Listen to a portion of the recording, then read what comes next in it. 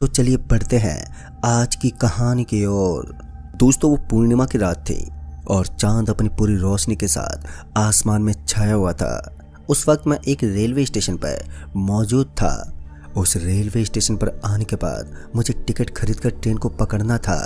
दरअसल आज मुझे किसी ज़रूरी काम के लिए अपने जीजाजी से मिलने के लिए जाना पड़ रहा था। दरअसल मैं अपने ही जीजाजी की एक कंपनी में जॉब करता हूँ और उनकी एक काफ़ी बड़ी कंपनी भी है, जिस वजह से उन्होंने मुझे अर्जेंट मीटिंग में बुलाया था। अब उनका ऑफिस तो यहाँ पर मेरे ही गांव के बगल में पड़ता था, लेकिन उनका जो बाकी का कारोबार था वो यहाँ से काफ़ी ज़्यादा दूर था और मीटिंग अटेंड करने के लिए मुझे अटेंडेंस देनी पड़ती थी। इसी के चलते मुझे आज मजबूरन काफ़ी दिनों के बाद उनके इलाके की तरफ निकलना पड़ रहा था। रास्ता उस वक्त काफ़ी ज़्यादा वीरान लग रहा था, क्योंकि जब मैं रेलवे स्टेशन पर पहुंचा था तभी से मैंने आगे की पटरियों को देख लिया था। वो एकदम खामोश पड़ी थी और मुझे उस रेलवे स्टेशन के दूर दूर तक कुछ ज़्यादा लोग नज़र नहीं आ रहे थे और इसी के चलते मुझे आज ना चाहते हुए भी निकलना पड़ रहा था। अब मुझे बस इंतज़ार था तो ट्रेन के आने का।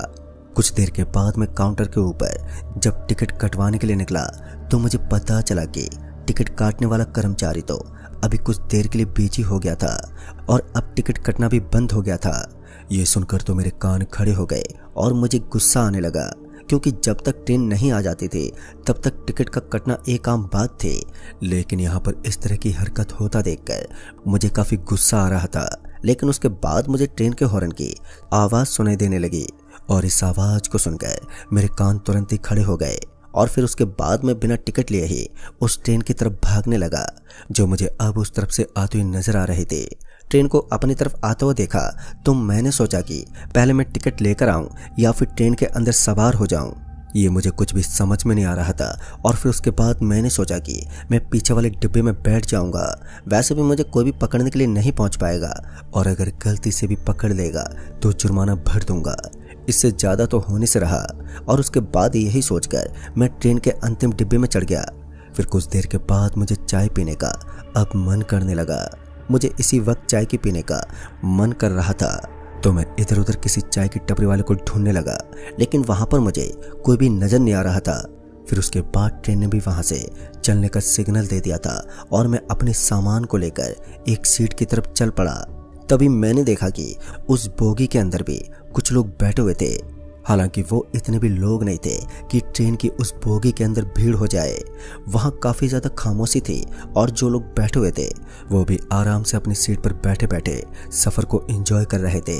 वहाँ पर कोई भी बोलबाला नहीं था, सिर्फ एकदम खामोशी पसरी हुई थी और उस वक्त मुझे शायद रात के 9 बजने वाले थे और ऊपर से चाय के मन के साथ साथ पेट में भूख भी लगने लगी थी, इसलिए अब बर्दाश्त नहीं हो रहा था। और फिर उसके बाद जब मैंने फ़ोन के ऊपर सर्च किया तो मुझे पता चला कि ट्रेन अभी करीब आधे घंटे के बाद एक स्टेशन पर रुकेगी और उस स्टेशन पर ट्रेन मात्र 2 मिनट के लिए ही रुकने वाली है।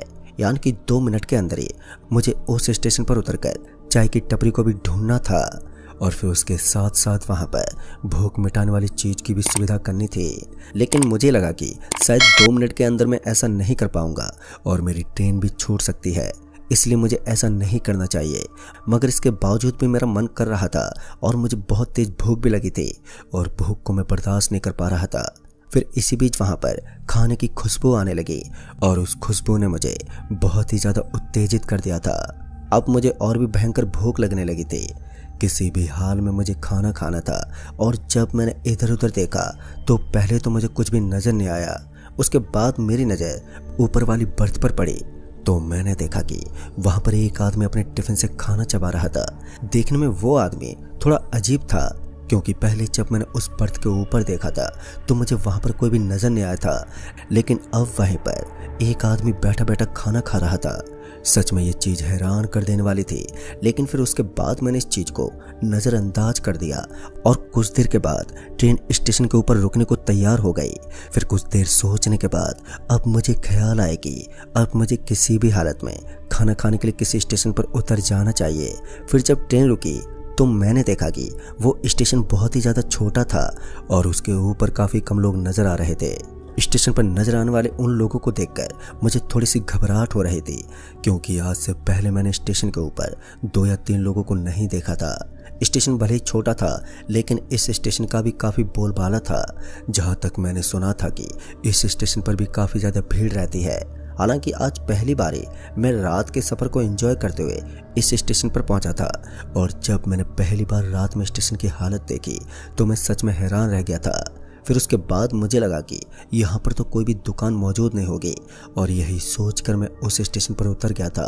और अब तक मुझे 1 मिनट तो बीत गया था, और अब मेरे पास सिर्फ 1 मिनट बाकी था, जिसके अंदर मुझे खाने का इंतजाम करना था। और इसी बीच मेरी नज़र एक चमचमाती दुकान पर पड़ी, तो मैंने देखा कि वो दुकान काफ़ी बड़ी थी और उसके अंदर काफ़ी लाइट लगी हुई थी। और ये सब देखते ही देखते मैं उस दुकान की तरफ जाने लगा, लेकिन तभी मुझे अपने पीछे से एक आवाज़ आई, उस तरफ मत जाना वरना बहुत ज़्यादा पछताओगे। ये आवाज़ सुनकर मैंने जैसे पीछे पलट कर देखा तो वहाँ पर तो कोई भी नज़र नहीं आ रहा था। और फिर इसी बीच मुझे अपने कानों में बहुत ही ज़ोर की सीटी बजने लगी। ये सीटी इतनी ज़ोर से बज रही थी कि मुझे कुछ भी सुनाई नहीं दे रहा था, और मेरे दोनों कान एक पल के लिए सुन्न पड़ गए थे। मेरा शरीर अब जोरों से थरथर कांपने लगा था, और पूरे दिमाग के अंदर ऐसा लगने लगा कि दिमाग की नस फट जाएगी और उनके अंदर से खून निकलने लगेगा। मेरी हालत उस वक्त बहुत ही ज़्यादा पतली पड़ गई थी। मेरे दिमाग से सारी चीज़ें बाहर हो चुकी थी। और फिर उसके बाद मैं अपने सर को पकड़कर वहीं पर बैठ गया, और तभी किसी ने मेरे कंधे पर अपना हाथ रखा, और उस पल के लिए सब कुछ एकदम से खामोश हो गया था। वहाँ पर इतना ज़्यादा सन्नाटा पसर गया था कि मुझे किसी भी चीज़ की आवाज़ सुनाई नहीं दे रही थी। और फिर उसके बाद मैंने जैसे उस ठंडे हाथ को महसूस किया तो मैं एकदम से पीछे की तरफ पलट गया। जैसे मैंने पीछे पलट कर देखा तो मैंने पाया कि मुझे अपने पीछे 80 साल का एक बूढ़ा आदमी नजर आ रहा था, जिसने सफ़ेद रंग के कपड़े पहन रखे थे। ट्रेन भी वहीं पर खड़ी थी, तो मुझे सुकून मिला कि अभी तक ट्रेन वहां से निकली नहीं थी। और फिर उसके बाद मैं भागता हुआ सीधा उसी बोगी के अंदर दाखिल हो गया जिसके अंदर से मैं बाहर निकला था। लेकिन इस बार मैं जैसे उस बोगी के अंदर पहुंचा तो मैंने देखा कि बोगी के अंदर कोई भी नजर नहीं आ रहा था। सारे के सारे लोग नीचे उतर चुके थे। मुझे लगा कि शायद उनका यही आखिरी स्टेशन होगा, और इसलिए वो सभी नीचे उतर गए हैं, और अब मैं अकेला ही उस अंतिम बोगी में बच गया था। इस समय मेरे पास टिकट भी नहीं थी, तो मुझे काफ़ी ज़्यादा डर लग रहा था कि कहीं टीटी ना आ जाए, और इसी चिंता ने मुझे काफ़ी हद तक हताश कर रखा था। फिर कुछ देर तक तो ऐसा ही चलता रहा, मगर उसके बाद धीरे धीरे मेरा डर भी कम होने लगा, और अब ट्रेन फिर से स्पीड करने वाली थी। ट्रेन को वापस से चलता हुआ देखकर मेरे जहन में एक खुशी की लहर दौड़ गई थी। मुझे लग रहा था कि अब मैं आराम से अपने स्टेशन पर पहुंच जाऊंगा, मगर मुझे क्या मालूम था कि अभी तो असली ट्विस्ट आना बाकी है। जहां पर मैंने अनुमान लगाया था कि शायद खतरा टल चुका है, लेकिन अभी तो खतरे की महज शुरुआत हुई थी। तो मैं बिंदास होकर अपनी सीट के ऊपर बैठा हुआ था, और तभी अचानक मुझे ऐसा लगा कि कोई मेरे पीछे से आ गया। और जैसे मैंने इस चीज़ को महसूस किया तो मैं एकदम से पीछे की तरफ पलट गया। इस बार मैं जैसे ही अपने पीछे की तरफ पलटा तो मैं हक्का बक्का रह गया। मैंने देखा कि मेरे पीछे की तरफ मोटी सी महिला आई थी, लेकिन वो काफ़ी ज़्यादा खूबसूरत थी। एक पल के लिए तो मैं खुद उसकी खूबसूरती का दीवाना हो गया था, लेकिन उसके बाद मुझे एहसास हुआ कि इस वक्त मैं ट्रेन में सफ़र कर रहा हूँ और एक नॉर्मल यात्री हूँ। मुझे इन चीज़ों पर बिल्कुल भी ध्यान नहीं देना चाहिए, लेकिन वो महिला भी कुत्ते को रोटी देने की कोशिश कर रही थी। यानी कि वो औरत मेरे ऊपर डोरा डालने की कोशिश कर रही थी, क्योंकि उसने बाकी खाली सीटों को छोड़कर मेरी सीट के ऊपर बैठना ही ठीक समझा, और उसने तुरंत ही अपना बैग ऊपर की सीट के ऊपर रख दिया और फिर मेरे बगल में बैठ गई। मैं इतना तो समझ गया था कि ये महिला अकेले अकेले इस बोगी के अंदर डर रही है, इसलिए वो मेरे बगल में बैठी थी। लेकिन एक जवान लड़के को इस तरह एक ट्रेन की बोगी में अकेला देखकर उसके करीब बैठ जाना, क्या ये डर नहीं था? यही सब सोचकर मेरा माथा ठनकता जा रहा था। इससे पहले कि मैं उससे कुछ बोल पाता कि तभी उसने एक गंभीर आवाज में कहा, तुम कब से यहाँ पर बैठे हुए थे? तो मैंने उसे सारी बात बता दी। उसके बाद ट्रेन धीरे धीरे आगे की तरफ बढ़ने लगी, और अब मेरी नज़र उस औरत से हट गई थी और मेरी नज़र खिड़की के ऊपर चली गई, क्योंकि मैं खिड़की के बाहर से बाहर का नज़ारा देख रहा था। और तभी अचानक मुझे ऐसा लगा जैसे कि सीट के ऊपर से कोई उठ गया है, और जैसे मैंने उस तरफ पलटकर देखा तो दोस्तों उस वक्त मेरे शरीर के अंदर एक अजीब सी हलचल होने लगी। मेरा दिल कांपने लगा था, पूरा शरीर पसीने से तरबतर हो गया, क्योंकि मैंने देखा कि वो महिला सिर्फ एक पल के अंदर ही वहां से गायब हो चुकी थी, और एक इंसान को डराने के लिए इतना काफी था। मेरी हालत इस कदर पतली पड़ने लगी थी कि अपनी तरफ से पूरी ताकत लगाने के बावजूद भी मैं अपना मुंह नहीं खोल पा रहा था और ऐसा लग रहा था कि किसी ने मेरे मुंह के ऊपर चिपड़ी लगा दी हो। मैंने बहुत ही जोर से चिल्लाने की कोशिश भी की और वहां पर आवाज देने की कोशिश करने लगा, लेकिन फिर भी मेरी आवाज मेरे मुंह से बाहर ही नहीं निकल रहे थे। और तभी अचानक मुझे ऐसा लगा कि मेरे हाथ पैर के ऊपर कुछ गीला गीला गिरने लगा था और इस चीज का एहसास करके मेरे शरीर में एक बिजली सी दौड़ गई थी। ऐसा लग रहा था कि कुछ तो है जो मेरे हाथ के ऊपर लगातार टपकता जा रहा है। और फिर उसके बाद मैंने हल्की सी रोशनी में उसे देखने की कोशिश की तो वो लाल रंग का खून था और उसे देखकर मेरी हालत अब तो और भी ज्यादा पतली पड़ने लगी थी। अचानक फिर एक बार मेरे कान में बहुत ही जोर की सीटी बजने लगी और उस सीटी के बजने की वजह से मेरे दिमाग की नसों ने एक बार फिर से काम करना बंद कर दिया था। उस सीटी की भयानक आवाज से मेरे शरीर में एक बहुत ही जोर का अजीब सा दर्द होने लगा था। और फिर उसके बाद मैंने जैसे दोबारा अपनी आंख खोलकर अपने आजू बाजू में देखा तो इस बार मैंने पाया कि मुझे अपने से ठीक आगे कुछ लोगों की लाश पड़ी हुई नजर आ रही थी जिनके मुंह कटे हुए थे और उनको देखकर ऐसा लग रहा था कि अभी ताजा ताजा उनका खून किया गया है। उस एक पल के लिए तो मेरा शरीर बर्फ की तरह जम गया था और मैं पूरी हिम्मत करने के बावजूद भी उस ट्रेन के डब्बे से बाहर नहीं निकल पा रहा था। मेरी समझ में नहीं आ रहा था कि आखिर यहाँ पर चल क्या रहा है। और फिर उसके बाद जैसे ही मैं बोगी के दरवाजे की तरफ बढ़ने लगा तो मैंने देखा कि ट्रेन की स्पीड अब काफ़ी धीमी होने लगी थी और अब मैं तुरंत ही इस ट्रेन से नीचे उतरने वाला था। अब चाहे मुझे किसी भी स्टेशन पर उतरना पड़े, मगर अब इस ट्रेन के अंदर सफ़र करना मुझे बिल्कुल भी मंजूर नहीं था। खासकर जब मैंने उन लाशों को पड़ा हुआ देखा तो मेरी हिम्मत पूरी तरीके से टूट गई थी और अब मैं चाहकर भी उस बोगी में रुक नहीं सकता था। पहले तो मैंने सोचा कि मैं दूसरी बोगी में चला जाता हूँ, लेकिन फिर मुझे ख्याल आया कि मेरे पास तो टिकट ही नहीं है। और इससे पहले कि ट्रेन रुकते मुझे अपने पीछे से आवाज़ आई, ओ भाई साहब ज़रा अपनी टिकट दिखाओ। और इस आवाज़ को सुनते ही मैं और भी ज़्यादा घबरा गया। उसके बाद मैंने जैसे पीछे मुड़कर देखा तो मैंने पाया कि मेरे पीछे सफ़ेद कपड़े पहने टीटी खड़ा था और टीटी को अपने पीछे खड़ा हुआ देखकर मेरी हिम्मत जवाब दे चुकी थी। उसके बाद मैंने उस टीटी से कहा, सर वो टिकट लाना तो भूल ही गया था। बस मैंने अभी इतना कहा ही था कि तभी उस टीटी ने मेरी गर्दन को पकड़ लिया और मुझे अचानक से ट्रेन के उस डब्बे से बाहर धकेल दिया। जैसे ही मैं नीचे गिरने वाला था कि तभी मैंने एक दरवाजे के बगल वाले पाइप को पकड़ लिया और मैं नीचे गिरने से बाल बाल बच गया। इस बार मैं उस टीटी के ऊपर गुस्से से चिल्लाते हुए वापस से पीछे मुड़ा तो मैंने देखा कि वहां पर तो कोई नहीं था। ये सिर्फ मेरी आंखों का एक धोखा था, लेकिन भला ऐसा कैसे हो सकता था कि मुझे कोई धक्का मार दे। मैं समझ गया था कि ये ट्रेन पूरी तरह से हॉन्टेड है और इसके अंदर चढ़कर मैंने बहुत ही बड़ी गलती कर दी थी। एक बार फिर मेरे कान में बहुत जोर की सीटी बजने लगी और इस बार जो सीटी बज रही थी उसे सुनकर ऐसा लग रहा था कि मेरे कानों से खून बाहर निकल जाएगा। फिर मैंने अपने कानों को एकदम कसकर पकड़ लिया और मैं वहीं पर बैठ गया। मैं बहुत ही कोशिश करते हुए अपने कानों को पकड़कर एकदम खामोश होकर सीट के बगल में बैठा रहा, लेकिन मेरी इतनी ज़्यादा कोशिश करने के बाद भी वो सीटी बजना बंद नहीं हुई थी। मैं इतना तो जानता था कि इस सीटी के बजने का भी एक कारण होता है और ये अपने आप ही बजना बंद हो जाती है। और यही सोचकर कुछ देर के लिए मैं सीट के बगल में बैठा रहा और फिर उसके बाद उस सीटी का बजना थोड़ी देर में ही बंद हो गया और उसके साथ ही मुझे भी थोड़ा बहुत आराम का एहसास होने लगा। मैं अपनी डरती और कांपती हुई आंखों के साथ इधर उधर देखने लगा।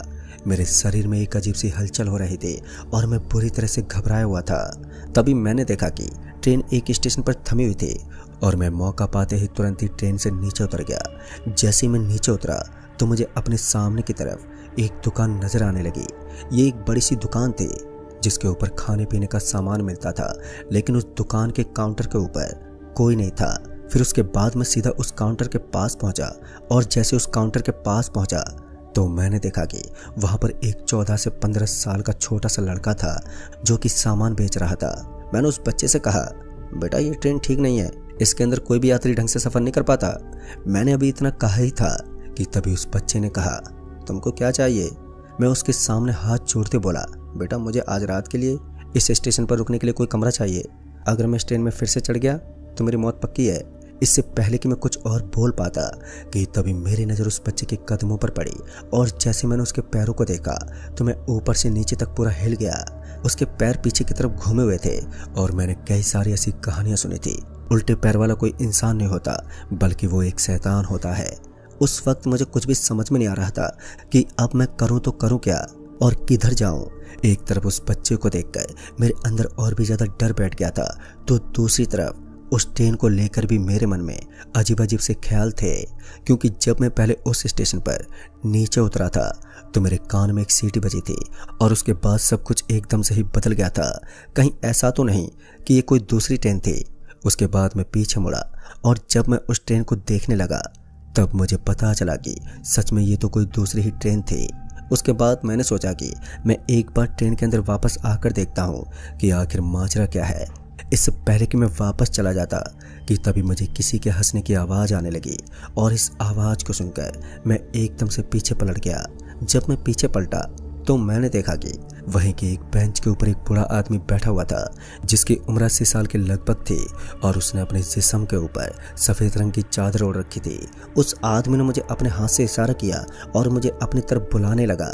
उस वक्त मैं जाना तो नहीं चाहता था, लेकिन मुझे लगा कि क्या पता कोई मदद हो जाए। और उसके बाद मैं जैसे उस आदमी के पास पहुंचा तो उसने कहा, दोबारा उस ट्रेन में बैठने का मतलब है हमेशा हमेशा के लिए इस दुनिया से गुल हो जाना। अगर जिंदा रहना चाहते हो तो इस स्टेशन पर रात बिताओ, पर इस स्टेशन पर भूत प्रेत रहते हैं, लेकिन किसी तरह ज़िंदगी बच जाएगी। और अगर ज़िंदगी बच गई तो कल ही सुबह देख पाओगे, वरना ये ट्रेन तुम्हें आज रात मौत दिखा देगी। उसके बाद मुझे लगा कि शायद ये आदमी कहीं ना कहीं सही बोल रहा है और इस आदमी की बात मानकर मुझे आज रात के लिए इस स्टेशन पर ठहर जाना चाहिए। दोस्तों, वो पूरी रात मैं उस स्टेशन के ऊपर भटकता रहा जहाँ पर मुझे डर तो काफ़ी लग रहा था, लेकिन हिम्मत करके किसी तरह मुझे उस स्टेशन पर रुकना ही पड़ा। मगर इस स्टेशन पर रुकने के बाद भी मुझे अब घबराहट होने लगी थी।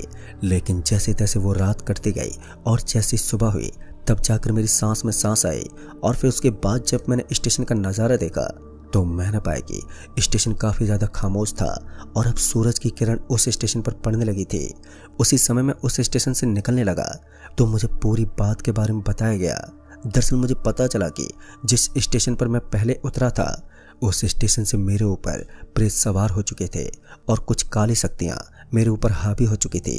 फिर उस कर्मचारी ने जो बताया उसे सुनकर तो मेरे होश उड़ गए, लेकिन अब सब कुछ नॉर्मल हो चुका था और अब मैं वापस से अपने घर जा सकता था। मुझे अपने शरीर पर काफ़ी ज़्यादा भारीपन महसूस होने लगा था और जब मैंने ये बात उस कर्मचारी को बताई तो उसने बताया कि मेरे ऊपर अभी भी उन काली शक्तियों की छाया मंडरा रही है और मुझे किसी भी तरह से किसी पुजारी के पास जाना चाहिए। दोस्तों, उसके बाद मैं एक पुजारी बाबा के पास चला गया और उन्होंने मेरे ऊपर झाड़ फूक की और उसके बाद उन्होंने मेरे हाथ पर एक धागा बांध दिया। लेकिन आज भी मैं पूरी घटना को विस्तार से नहीं जान सका कि आखिर वो भला क्या थी। उस रात की घटना को याद करके आज भी मेरा दिमाग असमंजस में पड़ जाता है कि आखिर उस रात ऐसा क्या हुआ था जो आज भी मैं भली भांति नहीं जानता हूँ। ट्रेन में बैठी हुई वो लड़की कौन थी और साथ ही और भी ऐसी कई सारी चीज़ें थी जो मैं बाद में जान सका था। दोस्तों, अगर इस कहानी को लेकर आपके मन में कोई भी विचार है तो हमारे साथ जरूर साझा करें। तो मैं आपका दोस्त राजकुमार जल्द ही मिलूंगा ऐसी एक और नई कहानी के साथ। तब तक के लिए बाय एंड टेक केयर।